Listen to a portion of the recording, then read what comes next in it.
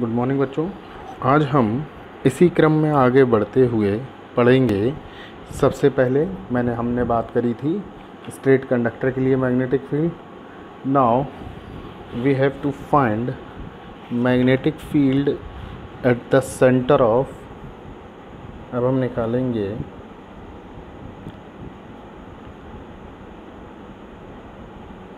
Magnetic field at the center of current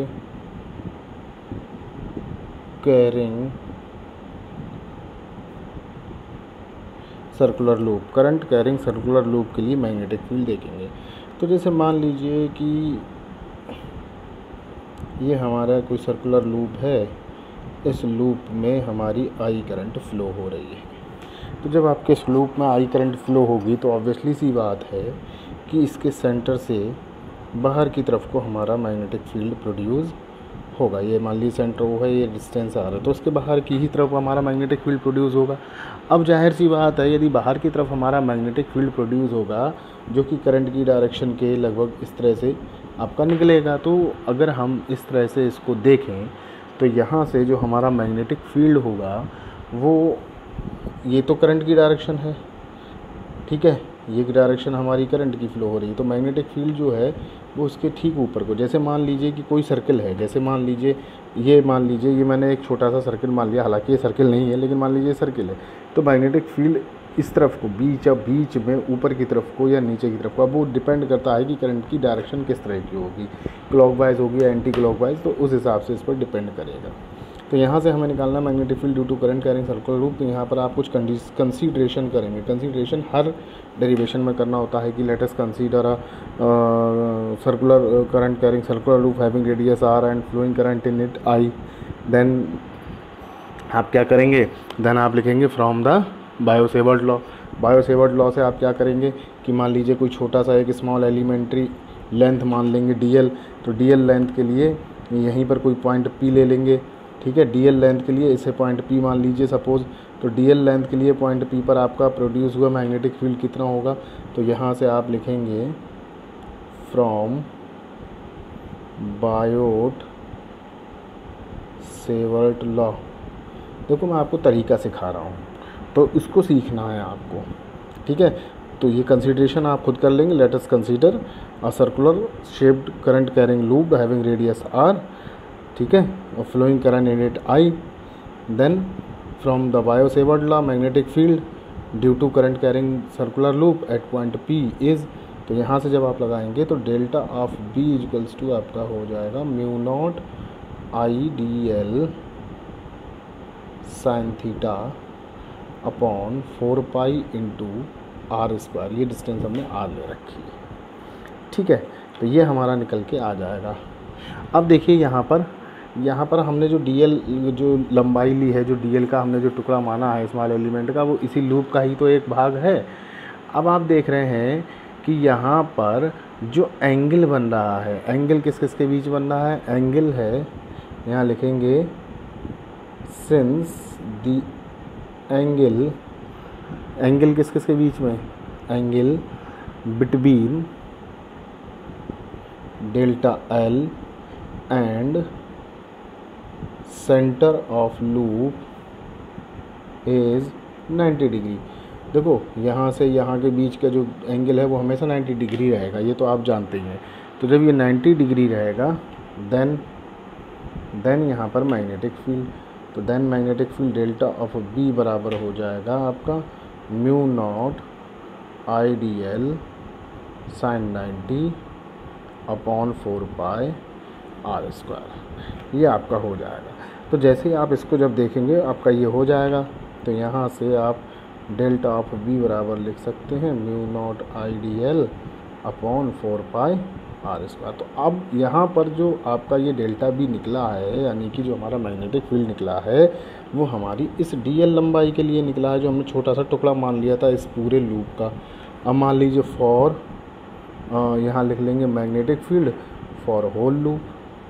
जब आप whole loop की बात करेंगे तो इसका मतलब integration of D V is equals to integration of mu naught I D L upon 4 pi are square. जैसे ही आप इसको सॉल्व करेंगे तो ये यहाँ से आ जाएगा D V is equals to mu naught I upon 4 pi are square और whole integral of D L. अब यहाँ से डी वी का तो बी हो जाएगा, तो बी बराबर आ जाएगा mu naught I upon 4 pi are square, और ये होता है डी एल। अब आप ध्यान रखें, जब भी कुछ इस तरह की चीज़ें होती हैं, जैसे हमने पहले भी करा था, तो पूरी सरफेस लेते थे जो गॉस की थ्योरम में था, ऐसे ही यहाँ पर हम क्या करेंगे, whole integral of D L.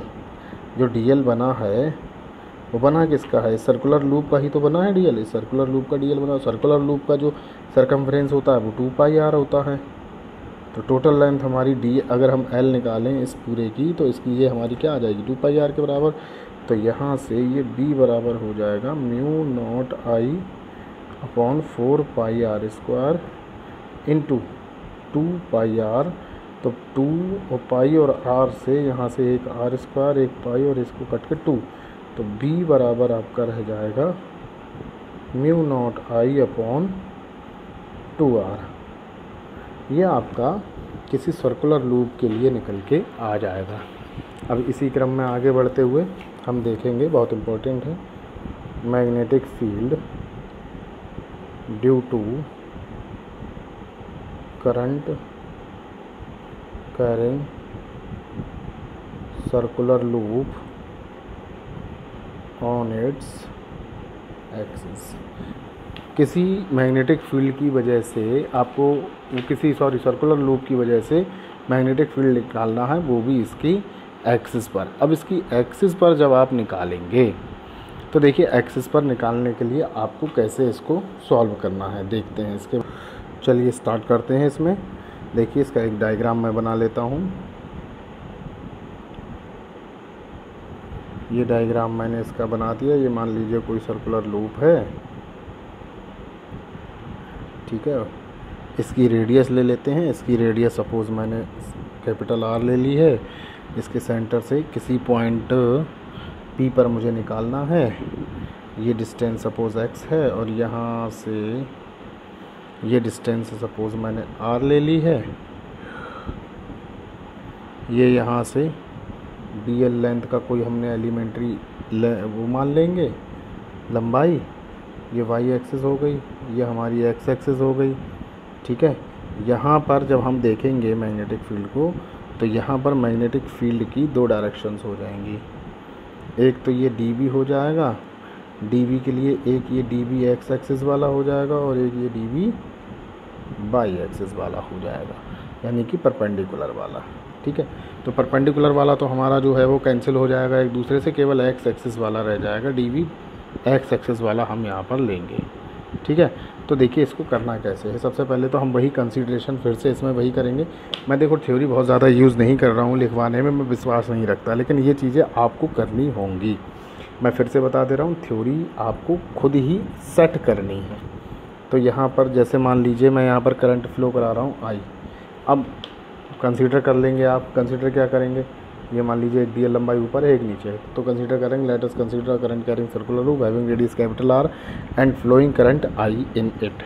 Late we have to find magnetic field at point P from the centre of O on its axis, ठीक है। अब जब आप पॉइंट पी पर मैग्नेटिक फील्ड निकालने की कोशिश करोगे, तो सबसे पहले सेंटर के लिए देखोगे। तो सेंटर के लिए जब आप देखते हो मैग्नेटिक फील्ड इस पॉइंट पी पर, तो जैसे अभी मैंने इस वाले में आपको बताया कि किसी सर्कुलर लूप के लिए निकालते हैं तो उसके सेंटर पर ऊपर की तरफ को होता है। तो अगर ये मैं लेटा हुआ मान लूँ, ठीक है, एक बार को, तो ये यहाँ से इसके ऊपर की तरफ को, तो ये पॉइंट पी बन जाएगा। तो केवल इसके लिए भी मैग्नेटिक फील्ड जो प्रोड्यूस होगा उसको हम डायरेक्टली अगर निकालेंगे, तो वहाँ पर अभी मैंने ये देखो सॉल्व करके निकाला है, D V equals to mu naught I D L sine theta sine 90 upon 4 pi are square. यहाँ से इसको सॉल्व किया था। तो इसको बहुत ज़्यादा उसको लेते हुए ना करते हुए हम सीधे सीधे अपनी बात पर आएंगे। तो सबसे पहले आप यहाँ पर लिखेंगे कि magnetic field due to current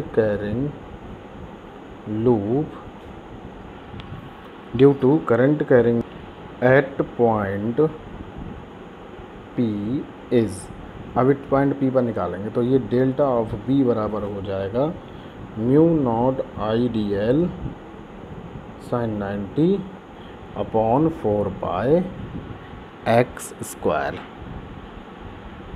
नहीं 4 pi are square, x square नहीं, ये आ जाएगा हमारा आर स्क्वायर, या आप लिख सकते हो D B equals to mu naught I D L upon 4 pi are square. Equation number 1 मान लेते हैं। अब देखो, चूँकि हमने एक चीज़ ये देख ली कि इस पॉइंट P पर जो हमारा मैग्नेटिक फील्ड है वो एक सिंगल डिजिट में नहीं होगा, क्योंकि यहाँ से बनने वाले एंगल होंगे। अब ये जब एंगल होंगे तो ये यहाँ से अगर ये एंगल बनाएगा, ये मान लीजिए ये एंगल यहाँ से हम देख रहे हैं, ये एंगल सपोज थीटा है और इस पॉइंट पर हम देख रहे हैं, तो इसके कारण इस पर जो बनने वाला मैग्नेटिक फील्ड है उसके 2 कंपोनेंट्स हो जाएंगे। तो there will be form of 2 components of magnetic field. अब जब 2 कंपोनेंट फॉर्म हो जाते हैं तो यहाँ पर होता ये है कि जो इसके परपेंडिकुलर कंपोनेंट्स हैं, डी वी परपेंडिकुलर वाले कंपोनेंट्स हैं, वो तो कैंसिल आउट कर देंगे, क्योंकि नीचे से भी जाएगी एक करंट, ऊपर से भी लूप में जो बहने वाली करंट होती है वो एक दूसरे के अपोजिट होती है। तो इस वजह से इसके जो परपेंडिकुलर कंपोनेंट वाला जो मैग्नेटिक फील्ड है वो तो एक दूसरे को कैंसिल कर देगा। लेकिन चूंकि हम इसकी एक्सिस पर निकाल रहे हैं और एक्सिस के लिए ही इसका मैग्नेटिक फील्ड क्रिएट हो भी रहा है, तो ये आपका कैंसिल आउट नहीं होगा। तो ये जब कैंसिल आउट नहीं होगा तो केवल हमारा जो काउंट होने वाला जो नेट आपका जो मैग्नेटिक फील्ड होगा due to this current carrying circular loop, वो आपके P पर जो निकलेगा वो डी वी एक्स हो जाएगा। ठीक है, आई बात समझ में? नहीं, यहाँ आप लिखेंगे since magnetic field due to current carrying circular loop at point P makes 2 component. ठीक है, ये 2 कंपोनेंट बनाएगा। अब ये जब 2 कंपोनेंट बनाएगा सो नॉर्मल कंपोनेंट्स क्या हो जाएंगे? Normal components are equal and opposite, so they cancel out, but horizontal component taking as magnetic field due to conductor, but जो हॉरिजॉन्टल कंपोनेंट वाला है वो हमारा मैग्नेटिक फील्ड के रूप में लिया जाएगा। ठीक है, तो यहाँ लिख लेंगे net magnetic field due to loop is, तो नेट मैग्नेटिक फील्ड निकालोगे तो नेट मैग्नेटिक फील्ड आपका डी बी बराबर आ जाएगा ये डी बी कॉस थीटा। तो अब यहाँ से ये कॉस थीटा वाली बात आ जाएगी, तो यहाँ से जब डी बी बराबर कॉस थीटा वाली बात आ जाएगी तो आप लगा दीजिए डी बी बराबर, डी बी की वैल्यू हमने क्या ली है? Mu naught I D L upon 4 pi are square, और साथ में कॉस थीटा आ जाएगा। अब यहाँ से कॉस थीटा की वैल्यू लगा दो, 4 pi are square. Cos theta बराबर होता है आपका क्या? बेस अपॉन हाइपोटेनियस, तो बेस हमारा है कैपिटल आर और हाइपोटेनियस है हमारा स्मॉल आर, ये हो जाएगा डी बी बराबर। ठीक है, अब आप इसको क्या करेंगे, थोड़ा और एक्सप्लेन कर लेंगे। अब आप निकाल लेंगे फॉर होल सरफेस, यहाँ लिख दीजिए फॉर होल सरफेस। पूरे सरफेस के लिए जब आप इसको निकालने की कोशिश करेंगे तो ये यहाँ से आपका आ जाएगा D B whole integral of mu naught I, और साथ में है कैपिटल आर, और डी एल के साथ में ये आ जाएगा, और साथ में 4 पाई नीचे आ जाएगा आपका आर क्यूब। और जब आप इसको सॉल्व करेंगे, ये मैंने यहाँ ले लिया इंटीग्रेशन, ध्यान रखिएगा मैंने इंटीग्रेशन जो है, मैं आपको बता दूँ, मैंने अपना इंटीग्रेशन जो है वो बदल दिया है। ठीक है, इसको ध्यान रखिएगा, पूरे में लेना था तो मैंने डायरेक्ट डी एल पे जाके ले लिया है। ठीक है, इसको ध्यान रखिएगा। तो यहाँ से ये आ जाएगा डी बी बराबर म्यू नॉट आई आर, और डी एल का आपका हो जाएगा 2 पाई, अब देखो सरकमफ्रेंस हमें लेनी है, सरकमफ्रेंस इसकी पूरे की हमारी क्या हो जाएगी 2 pi capital R, 2 pi R upon 4 pi R cube, और ये यहाँ से हो जाएगा b equals to mu naught I, और देखिए 2 पाई है, 2 पाई से यहाँ से काट दोगे तो 2 रह जाएंगे, तो mu naught I r square upon 2 r cube. अब यहाँ से आर क्यूब की वैल्यू लगा दो, आर क्यूब की वैल्यू कैसे लगाएंगे, mu naught I r square upon 2, अब और क्या है आर हमारा ये डिस्टेंस, अगर इसको निकालने की कोशिश करेंगे तो ये under root R square plus x square आ जाएगा, इसकी वैल्यू आप चाहें तो लगा दीजिए, तो ये आ जाएगा r square plus x square, और इसका अंडर रूट है यानी कि 1/2 और पावर 3 है, तो ये टोटल कितना आ जाएगा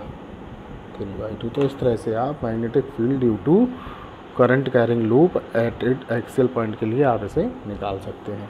बच्चों कल हम पढ़ेंगे एम्पियर परपथीय नियम, सॉरी एम्पियर का सर्कुलर लॉ, कल हम एम्पियर सर्कुलर लॉ कंप्लीट कर देंगे, और 2 से 3 दिन में, 2 दिन में ये चैप्टर, 2 से 3 दिन में ये चैप्टर हमारा कंप्लीट हो जाएगा। आपको इन सारे डेरिवेशंस को अच्छे से करना है। धन्यवाद।